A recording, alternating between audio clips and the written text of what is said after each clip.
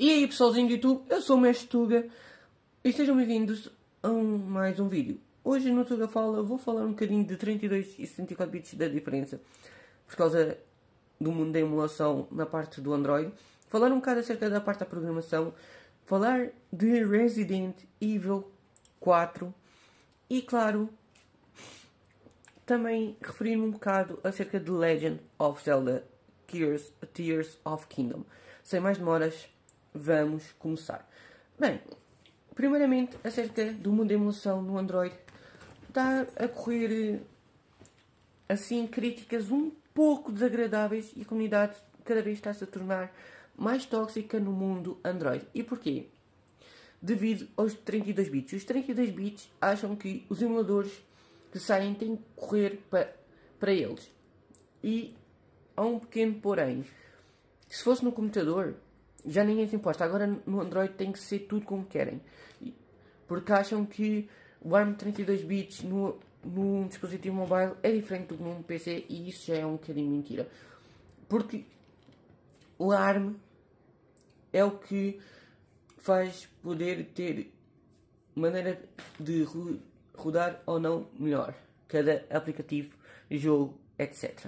Mas muitos reclamam na parte de emulação, mas não reclamam na parte dos jogos, que é uma estupidez. Mas vamos lá. Vamos começar primeiro com a Aether X2, que foi a primeira que a comunidade mandou abaixo. A comunidade mandou abaixo devido à ameaça de morte, nem foi por causa dos 32 bits. 32 bits começou a dizer que a Aether X2 deveria correr em 32 bits. E o que eu digo é, não é porque não deveria correr, mas não dá para correr por 32 bits, não tem o ARM nem o que precisa para fazer rodar a Aether X2. E eu vou-vos dizer outros simuladores anteriores ao Aether X2 que 32 bits não têm capacidade para correr. E não venham dizer que tem, porque o APK Mod é mentira.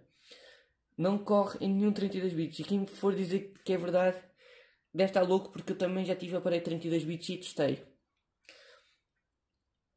Os outros simuladores são Citra, ou Citra MJ e agora o novo Citra Vulkan, Dolphin Emulator, o emulador da Dreamcast não rodam em 32 bits.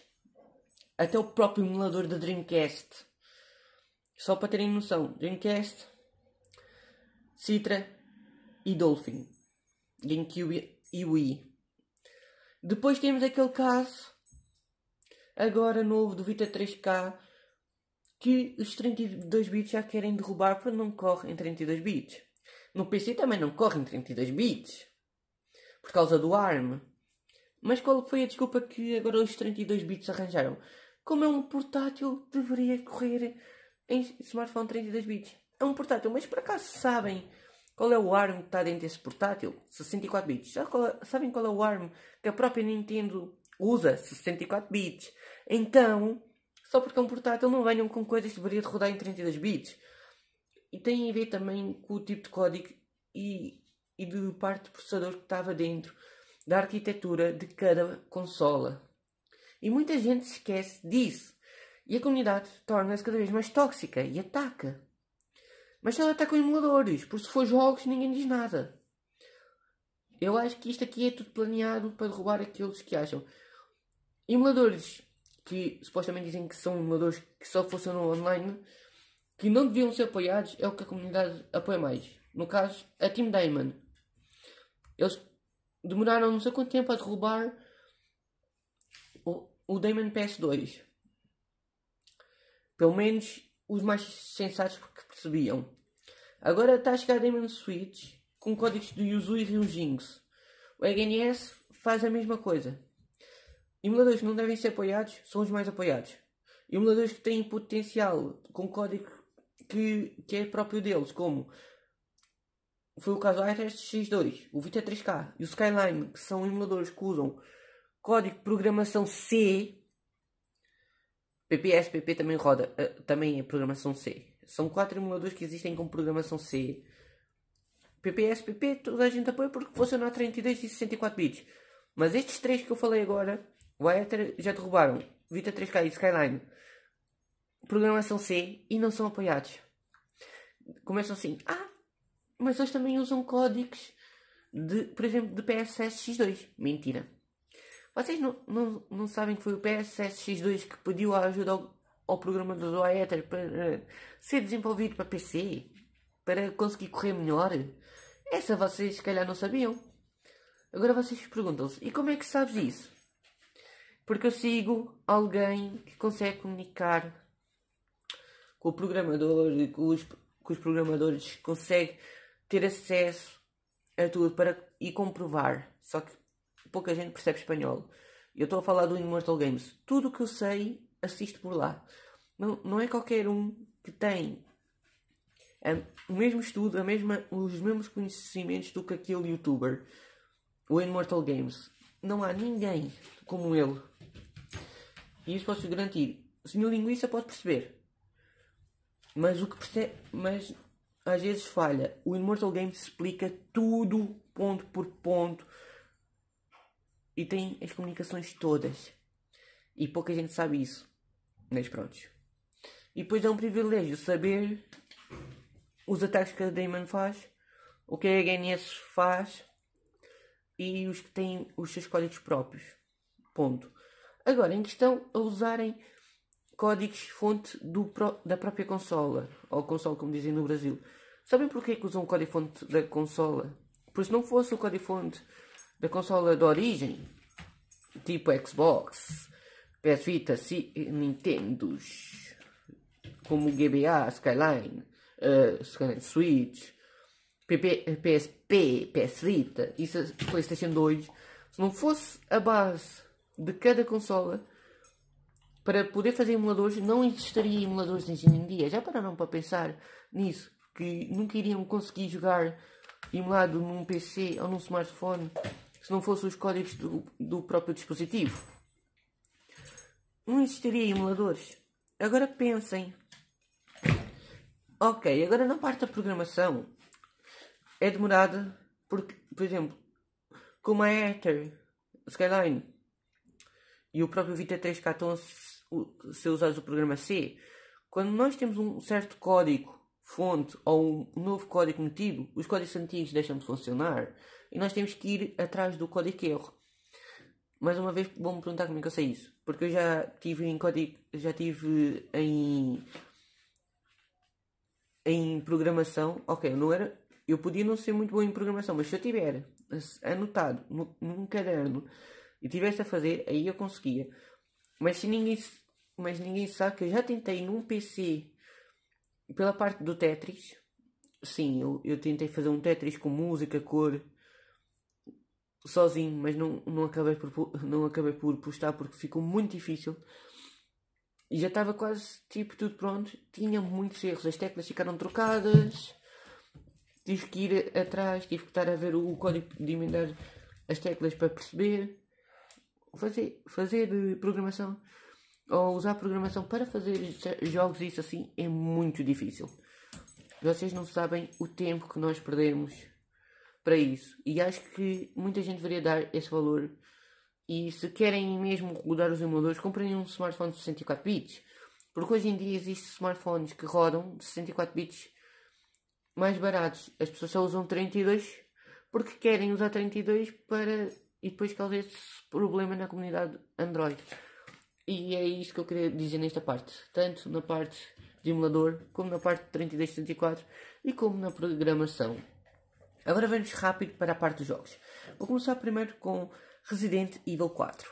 Resident Evil 4 Remake, como o povo chama, apesar da Capcom ter dito que não era um remake, mas como toda a gente batiza por remake, até a própria Capcom já diz como fosse remake. Mas quando vocês forem jogar não vai dizer remake na capa. Por isso, não fiquem com expectativa na parte de dizer remake. É uma história reimaginada de como seria Resident Evil 4. Para quem não sabe, o Resident Evil 4 só não está na parte original dos planos da Capcom porque aquele Resident Evil 4 não era a ideia que a Capcom tinha em mente. Aquele Resident Evil clássico foi para dar continuidade ao Code Veronica. E é aí que tudo muda. Aquele Resident Evil 4 novo é para fazer conexão ao Resident Evil 3 Remake. E o antigo era a continuação de Code Verónica. Por isso é que é um bocado estranho. Mas continuando. Os personagens mantêm-se, mas cada característica mudou. A Ashley já não é aquela irritante que toda a gente achava irritante e já não é aquela mimada como nós conhecíamos. Tem uma postura mais madura. A Hannigan está totalmente diferente. Também achei interessante o jeito como está a Hannigan. Os ganados estão totalmente mais puxados para o terror. Um bocadinho mais puxados para o terror. E depois tem a parte das referências também, que já vou lá. E agora, na parte da jogabilidade, o que é que nos mostraram? A luta contra os ganados. Que nós, quando fomos agarrados, podemos atirar eles, podemos dar soco, como no antigo. E até podemos dar facada. Quando estamos a ser agarrados, podemos puxar a faca para trás para conseguirmos matá-lo. Está totalmente diferente isso. E quando nós estamos em risco, por exemplo, temos um ganado a agarrar-nos e vem o outro a tentar nos atacar, nós temos que atirar para a frente do outro ganado para ele desequilibrar-se.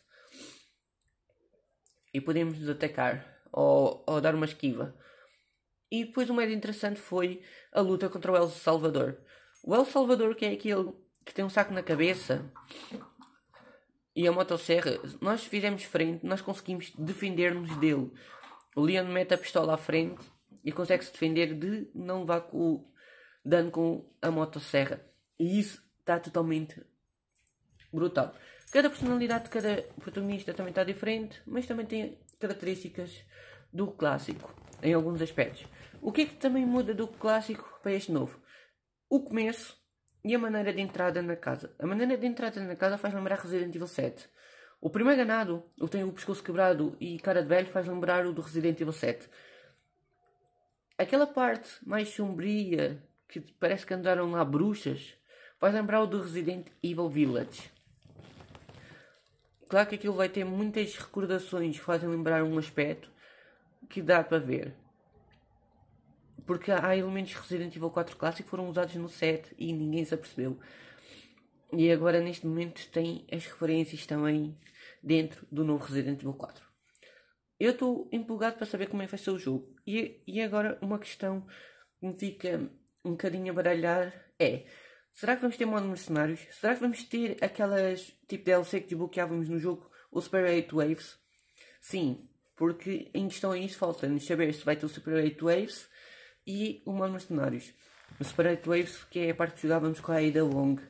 Só espero que metam, porque era muito top ver a expectativa diferente no ponto de vista da Ada. Se meterem, vai ser bem top. Juro.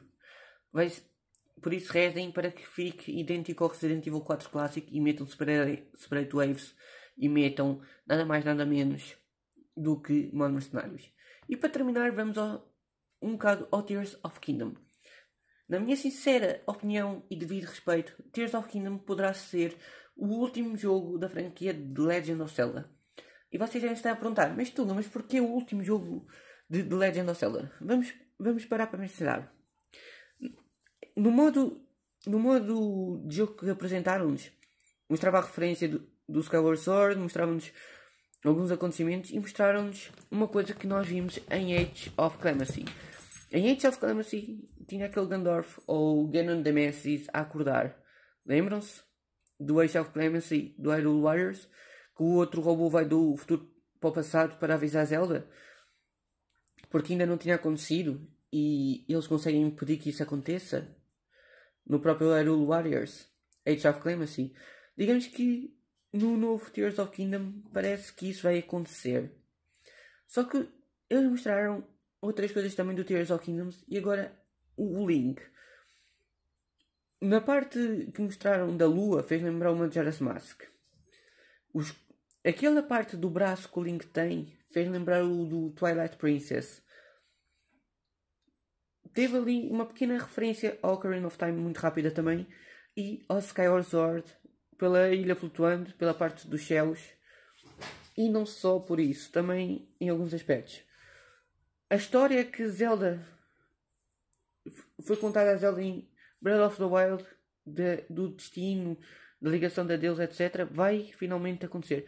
Mas uma coisa que mostraram muito cedo mas mostraram muito rápido, foi Link e Zelda darem as mãos e Zelda a desaparecer. Isso significa que vai chegar ao fim.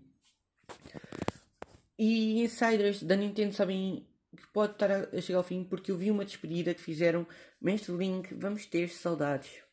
Isso significa que o jogo vai chegar ao fim passado 37 anos. E outra coisa que indica que o jogo vai ser o maior deles todos é devido ao peso. Tem quase 19 GB, tem 18 GB e pouco na Nintendo Switch. E esse peso significa que o jogo é grande. Eles não vão pôr o jogo tão pesado se o jogo não fosse grande. Se nós formos a comparar o Zelda Breath of the Wild base com o novo Tears of Kingdom, o Legend of Zelda base tem entre 6 GB e pouco 7. Porque apesar do mapa ser grande, é mais pequena a história e tem coisas mais pequenas menores para fazer. Só depois com a expansão fica um bocadinho maior. Fica 14 GB e pouco. O Breath of the Wild. O Tears of Kingdom de si próprio vai ter mais peso. Segundo a Nintendo, vai ser uma aventura épica, vai ser o maior jogo e vai ter uma despedida épica de Zelda. Aí está esses pontos que eu queria chegar. E vocês, acham que vai ser o último jogo da franquia? Ou será que vão arranjar mais alguma desculpa para inventar um novo jogo de Legend of Zelda? Deixem aí nos comentários, porque eu gostaria de saber. Bem, o vídeo foi este, espero que tenham gostado, subscrevam-se no canal, ativem o sininho. Eu sou o Mestre Tuga, como digo em todos os meus vídeos. Fui!